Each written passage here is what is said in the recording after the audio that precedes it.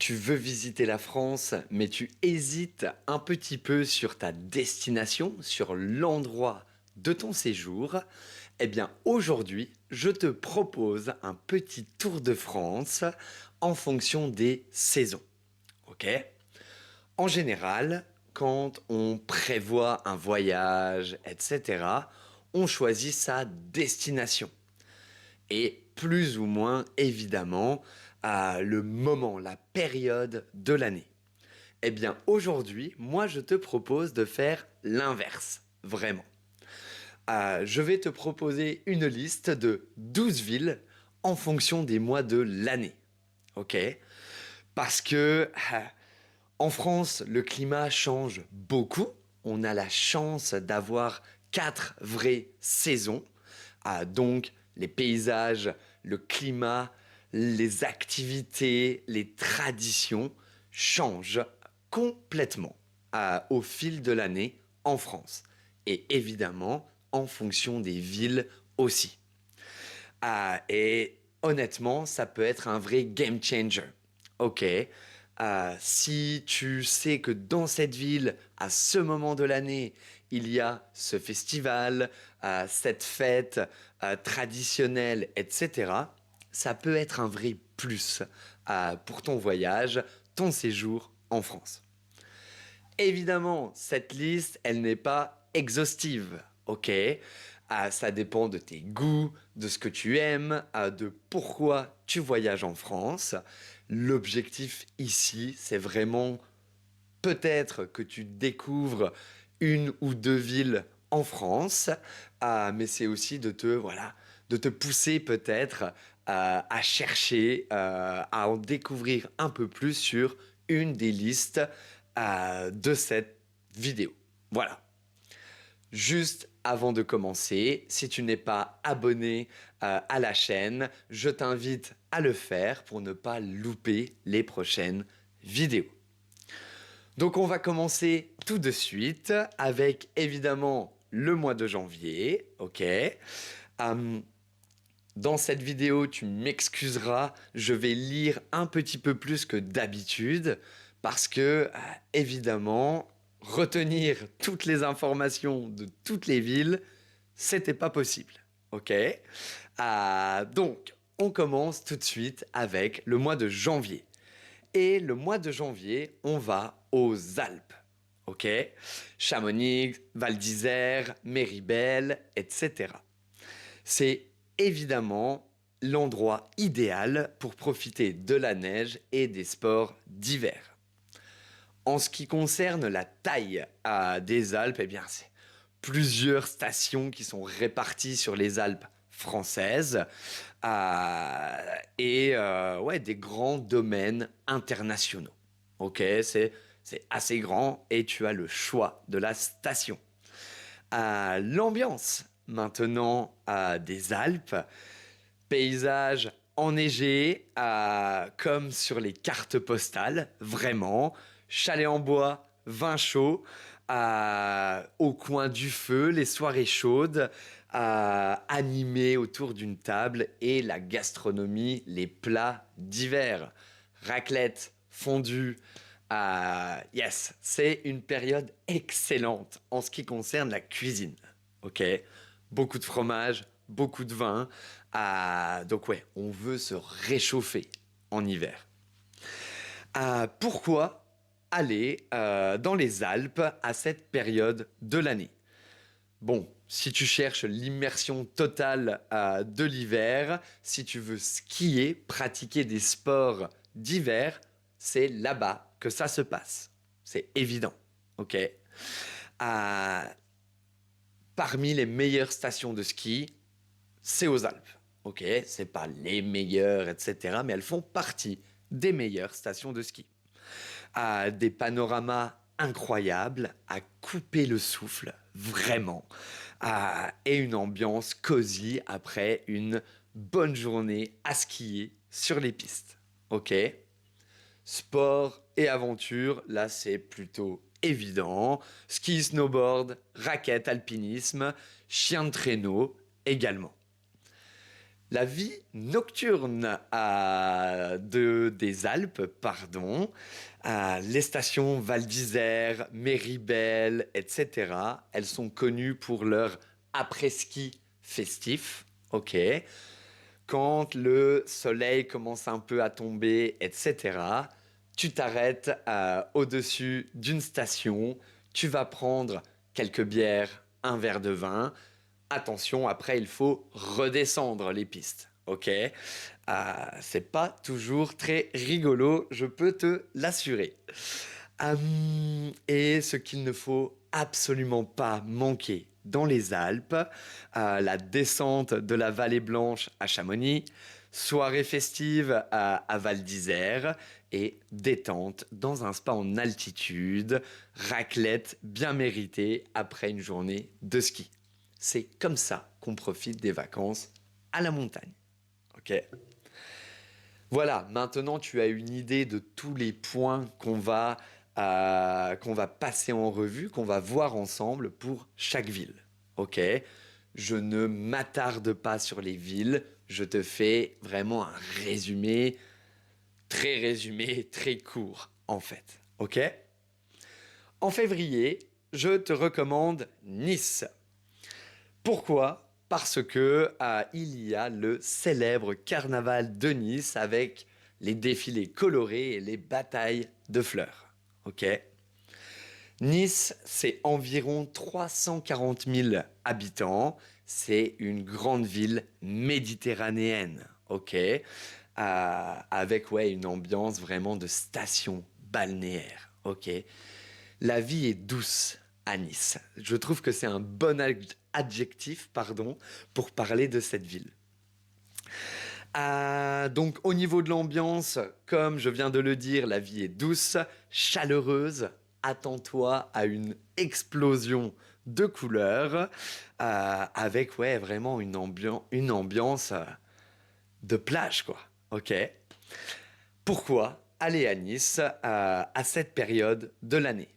Le carnaval, ok, c'est un des plus célèbres au monde. C'est assez spectaculaire et très joli à voir. Et Nice, c'est également le charme des ruelles du vieux Nice.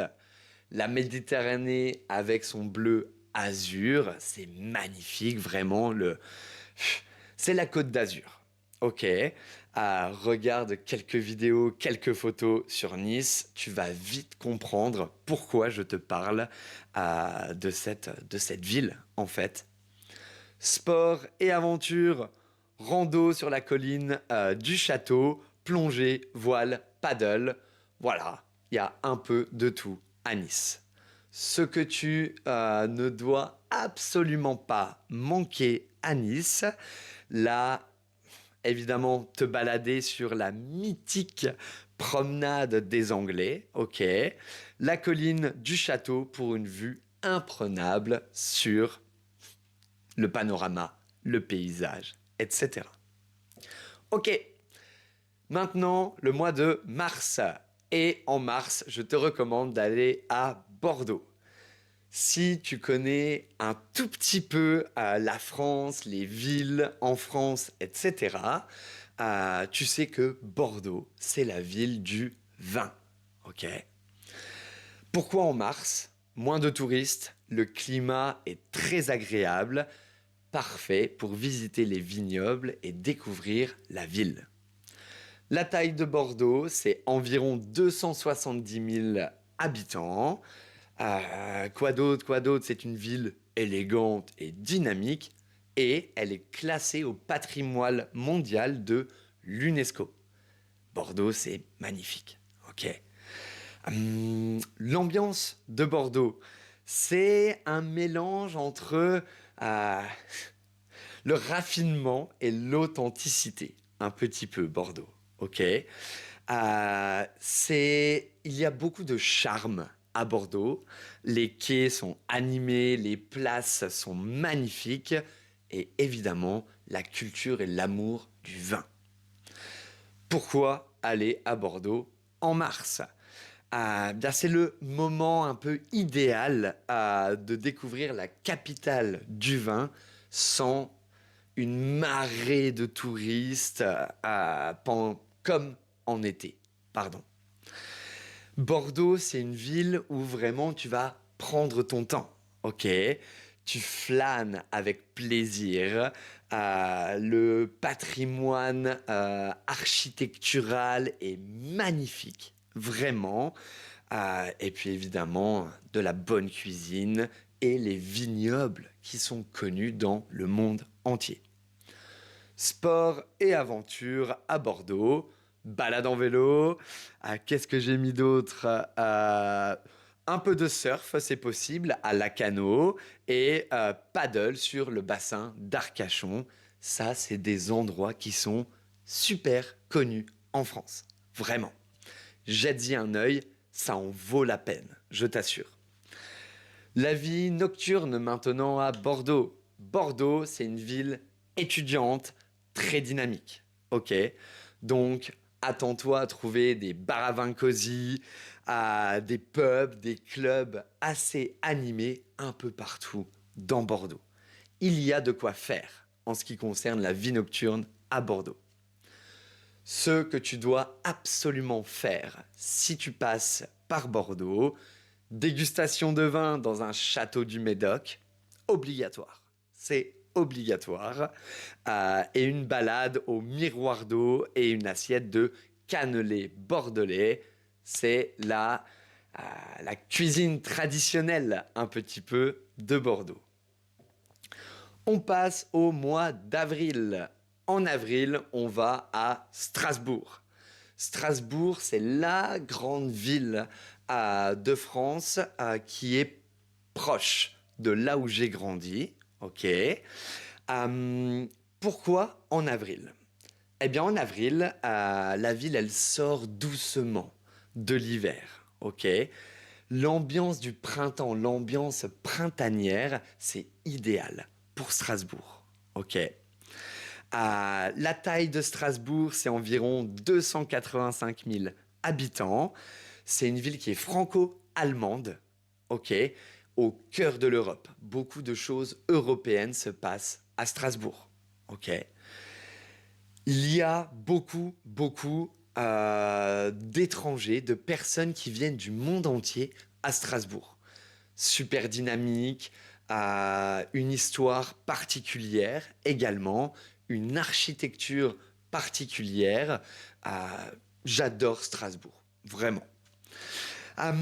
Pourquoi? Oh, l'ambiance. Pardon, l'ambiance de Strasbourg, c'est romantique et pittoresque, avec ses maisons à colombages. Comme je t'ai dit, l'architecture est particulière et des petites ruelles fleuries au printemps. C'est très agréable de se balader, de se trimballer à Strasbourg au printemps. Pourquoi au printemps? Pourquoi en avril? Eh bien, c'est la meilleure période pour voir la ville s'éveiller après l'hiver, c'est évident. Strasbourg, c'est une ville à taille humaine, ok? Très facile et très agréable à découvrir à pied ou en vélo, dans une atmosphère qui est vraiment chaleureuse.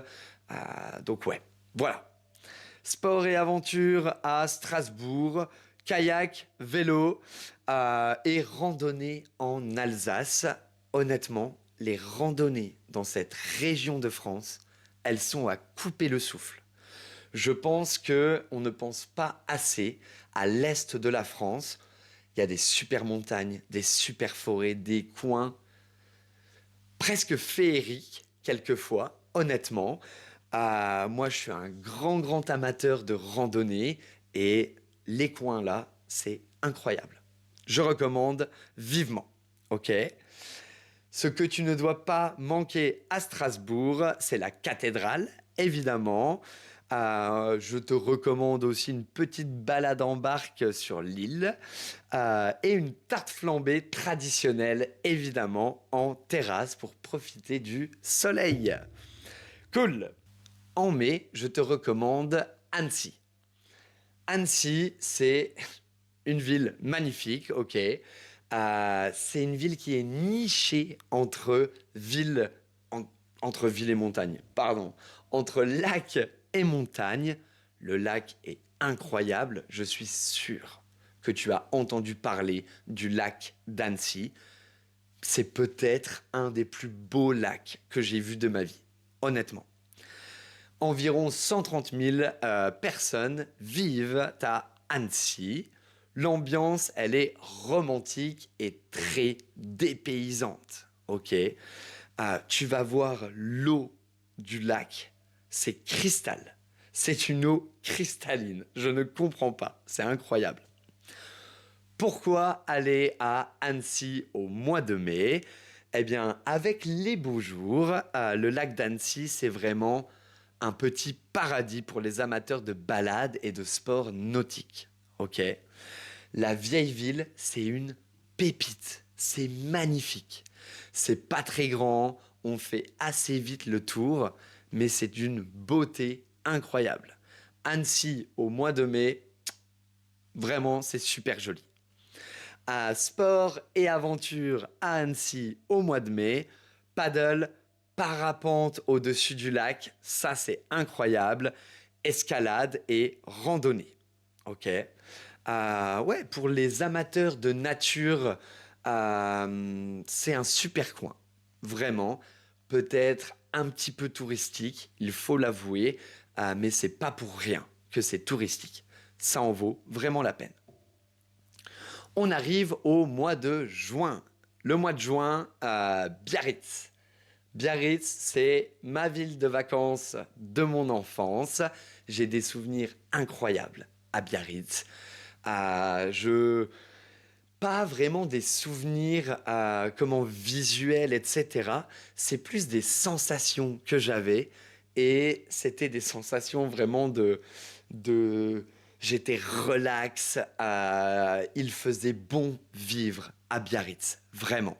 Je vais essayer d'y retourner bientôt, d'ailleurs, je pense.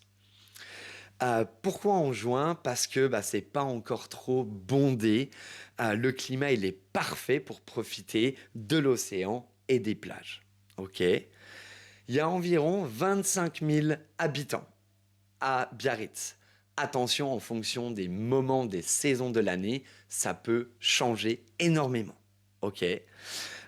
C'est une ville côtière qui est sur la côte et qui est plutôt sportive dans l'âme. Ok. L'ambiance de Biarritz, c'est décontracté et élégant, entre surf et culture basque. Ok, les panoramas marins, c'est grandiose. Ok, ils sont incroyables. Et oui, Biarritz, c'est le Pays basque et donc la culture est complètement différente, unique même par rapport à ce que tu vas trouver dans les autres villes de France. Ok. Regarde quelques photos de Biarritz, c'est magnifique, vraiment. De quoi est-ce que... Pourquoi aller à Biarritz? Eh bien, juste avant l'arrivée massive des touristes, juin, c'est parfait. Ok. Entre sessions de surf, promenade en bord de mer et tapas dans les bars basques, tu vas vraiment pas t'ennuyer à Biarritz. Les gens sont super cool, très ouverts, très chaleureux, très accueillants. Vas-y, va à Biarritz. Sport et aventure, surf, golf, randonnée et plongée sous-marine, évidemment. La vie nocturne à Biarritz, c'est un mélange entre surf et élégance, comme je t'ai dit. Ok. Bar à tapas et rooftop, c'est parfait pour commencer une soirée avec tes amis, etc. Ok. Ce que tu ne dois absolument pas manquer à Biarritz, eh bien on a la plage de la Côte Basque au coucher de soleil évidemment, le marché des Halles pour goûter les spécialités locales. Biarritz c'est aussi ça, beaucoup de spécialités locales. Donc ouais, cuisine, sport, ambiance, euh, charme aussi. Et c'est une ville un peu unique de par sa culture basque. Donc vraiment, ouais, elle réunit beaucoup d'attributs. Elle est très attirante pour moi, cette ville. Voilà, voilà. Juillet, Marseille, Corse. Idéale pour la mer et la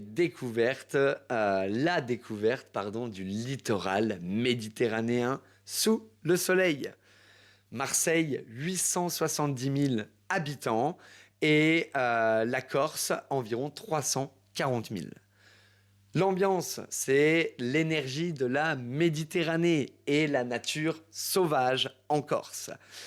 C'est vraiment deux destinations idéales pour relaxer, se relaxer pardon, à la plage, découvrir une nature incroyable quand même.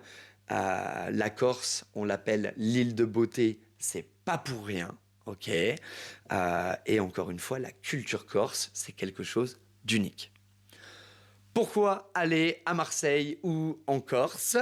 Eh bien, Marseille, c'est une ville qui est portuaire, vivante et brute, ok? Avec des quartiers animés et les calanques qui sont sublimes.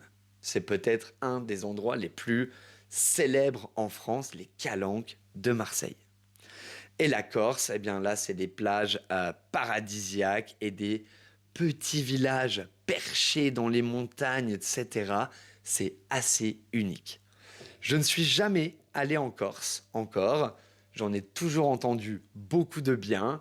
Je dois y aller. Je dois y aller, vraiment. Août, Aix-en-Provence. C'est parfait pour profiter du charme provençal, des marchés et des festivals d'été. Ok. Il y a environ 145 000 habitants et c'est une ville qui est universitaire et assez culturelle. Ok. Ambiance élégante et artistique avec vraiment le charme provençal. Ok. Le charme provençal, ça donne une ambiance un peu bohème, très décontractée, une ville légère et des odeurs, des parfums qu'on ne retrouve que en Provence, évidemment. Pourquoi aller en Provence au mois d'août, à Aix-en-Provence particulièrement? C'est un vrai bijou en été, ok? Les ruelles ensoleillées, les marchés colorés et les terrasses des cafés, des restaurants qui sont assez animés. Il y a de l'ambiance, ok? Sport et aventure, randonnée, VTT et équitation dans la garrigue. Voilà, c'est un peu les spécialités du coin. La vie nocturne à Aix, en Provence, c'est une ambiance chic et plutôt détendue. Bar à cocktails raffinés et des places animées comme la place des quarts d'heure. Voilà. Et ce que tu ne dois absolument pas manquer à Aix-en-Provence, le cours Maribaud, les carrières de Bibémus et une balade dans les champs de lavande, évidemment. Euh, Aix-en-Provence, c'est la lavande, ok? C'est super beau aussi. On arrive tout doucement au mois de septembre. Lille, la braderie de Lille. C'est l'événement incontournable de la rentrée, ok? Ambiance festive et plein de trouvailles très uniques. Environ 235 000 personnes vivent à Lille et c'est une ville qui est surtout étudiante et plutôt festive. Ok. L'ambiance, eh bien, tu peux t'attendre à quelque chose de très accueillant et de très chaleureux avec une touche de folie pendant la braderie, évidemment. Ça, c'est un événement national, presque mondial. Des gens viennent de partout pour assister, aller à la braderie de Lille. Pourquoi y aller au mois de septembre? Déjà, Lille, chaque premier week-end de septembre, ça devient l'un des plus gros marchés aux puces d'Europe. Ok. Regarde des images de Lille pendant la braderie, etc. Tu vas halluciner. C'est incroyable. C'est donc l'occasion parfaite pour chiner et découvrir cette ville du Nord qui a quand même beaucoup de caractère. Ok. Lille, on n'y pense pas assez, mais c'est une super ville. Sport et aventure, balade en vélo dans la campagne flamande, kayak sur le D8. J'ai mis beaucoup de balades en vélo. Ok, je suis désolé pour ça, mais évidemment, dans toutes les villes, tu peux te balader en vélo. Ok. Vie nocturne à Lille, eh bien, c'est une des villes les plus festives de France. Ok. Beaucoup de pubs étudiants, des clubs de tout genre, electro house, techno, etc. Il y a vraiment plein de trucs. Les bars à bière artisanaux, très importants. Il y a toujours de l'animation à Lille. Ok. On arrive au mois d'octobre et en octobre, on va partir à Lyon. Climat agréable et la période est idéale pour découvrir la gastronomie lyonnaise. Et ouais, parce que on ne peut pas dire qu'il y a une cuisine traditionnelle en France. Ça dépend de la région, de la ville, de la saison même.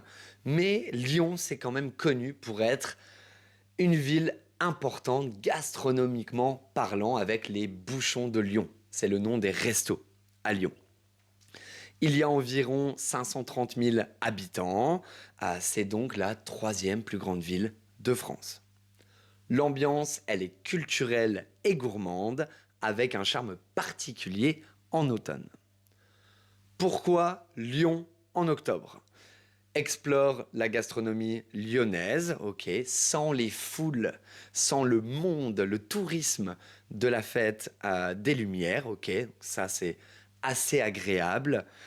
Je reviens de Lyon, j'étais à Lyon il y a quelques semaines et j'ai trouvé que c'était une ville assez petite, on peut faire pas mal de trucs à pied et un truc qui est super cool à faire, se balader dans Lyon, dans les traboules, à s'arrêter dans les petits restaurants, dans les petits bars et goûter, essayer la cuisine, les boissons, etc.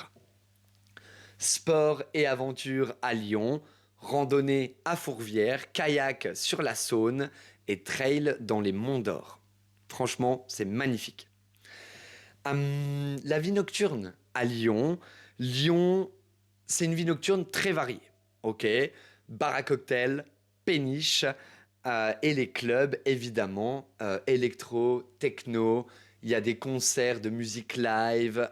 Culturellement parlant, Lyon, c'est assez intéressant. Ce que tu ne dois absolument pas manquer à Lyon maintenant, une quenelle lyonnaise, plat typique, le quartier du Vieux-Lyon et la montée à Fourvière pour la vue. Voilà. Et n'hésite pas à te balader, à te perdre dans Lyon, c'est assez sympa comme ville. Encore 2 mois, novembre et décembre, c'est presque fini. Novembre, on va à Toulouse, visiter la ville rose sous une belle lumière automnale, d'accord. Hum, Toulouse, c'est une ville où il fait super bon vivre, c'est très agréable, d'accord. 550 000 habitants, c'est quand même une grande ville. L'ambiance chaleureuse et conviviale, avec une touche scientifique et aéronautique, d'accord? C'est une ville qui est très étudiante, très dynamique. Il y a beaucoup de choses culturelles à faire et à voir à Toulouse. En novembre, c'est encore doux, le climat à Toulouse. Ça permet vraiment de profiter de l'architecture des briques roses, on appelle la ville rose, évidemment, et de la gastronomie du sud-ouest. C'est assez sympa, très détente. Sport et aventure, vélo le long du canal du Midi, escalade en salle et rugby. Il y a une énorme culture rugby dans le sud en général, mais particulièrement à Toulouse. J'aimerais bien aller voir un match de l'équipe de rugby de Toulouse. Ils sont assez forts. Les stars un peu jouent à Toulouse, etc. C'est une ambiance incroyable, vraiment.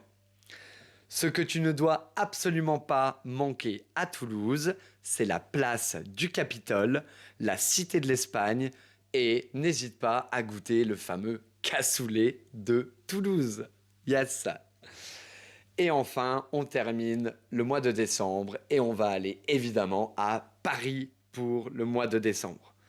Magie de Noël avec des illuminations, des marchés de Noël et des vitrines incroyables. Ok. Je pense que toutes les capitales en général, ok, sont assez magiques. Il y a un petit truc pendant les fêtes de fin d'année. Paris, c'est évidemment magnifique. Si on met de côté la météo, ok. Mais non, Paris, mois de décembre, 2,1 millions d'habitants, c'est donc une capitale incontournable. Quand tu voyages en France, tu dois visiter Paris. C'est voilà. Hum, J'étais pas trop fan de Paris au début, et plus j'y vais de temps en temps pour voir des amis, pour voyager, évidemment, parce que quand on voyage, souvent on doit passer par Paris. J'aime de plus en plus cette ville. C'est une super ville, Paris, vraiment. Pourquoi on va à Paris en décembre? La magie des fêtes, comme on vient de le dire, les marchés de Noël et les vitrines. C'est idéal pour un petit séjour romantique ou shopping de fin d'année, vraiment. Les marchés de Noël en France à Noël, de toute façon, c'est quelque chose à faire. Ok. Sport et aventure, patinage sur glace, running aux Tuileries et escalade en salle.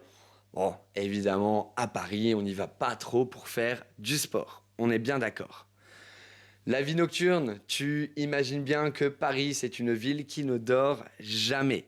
Bar à cocktail branchés, cabarets et les clubs en tout genre, resto, exposition. Vraiment, Paris, tu fais ce que tu veux, il y a de tout. Il y en a pour tout le monde. Est-ce que tu ne dois pas manquer à Paris? Est-ce que j'ai vraiment besoin de le dire? Champs-Élysées, oh, le sapin des Galeries Lafayette, c'est toujours un petit truc à voir. Et un chocolat chaud à Montmartre. Et évidemment, tout ce qu'il y a d'autre à voir à Paris. Voilà, c'était une longue vidéo, c'était un peu rapide, mais tu as une bonne idée de plusieurs villes en France, de ce qu'on peut y faire et de ce que tu peux espérer trouver quand tu visites, quand tu vas passer un peu de temps dans ces villes. N'hésite pas, s'il te plaît, fais tes recherches, regarde des photos, regarde des vidéos YouTube pour prendre ta décision. Mais j'espère que tu as pu, en découvrir, en apprendre un petit peu plus sur les villes de France aujourd'hui. Merci beaucoup, mets un like et on se voit la prochaine fois. Ciao!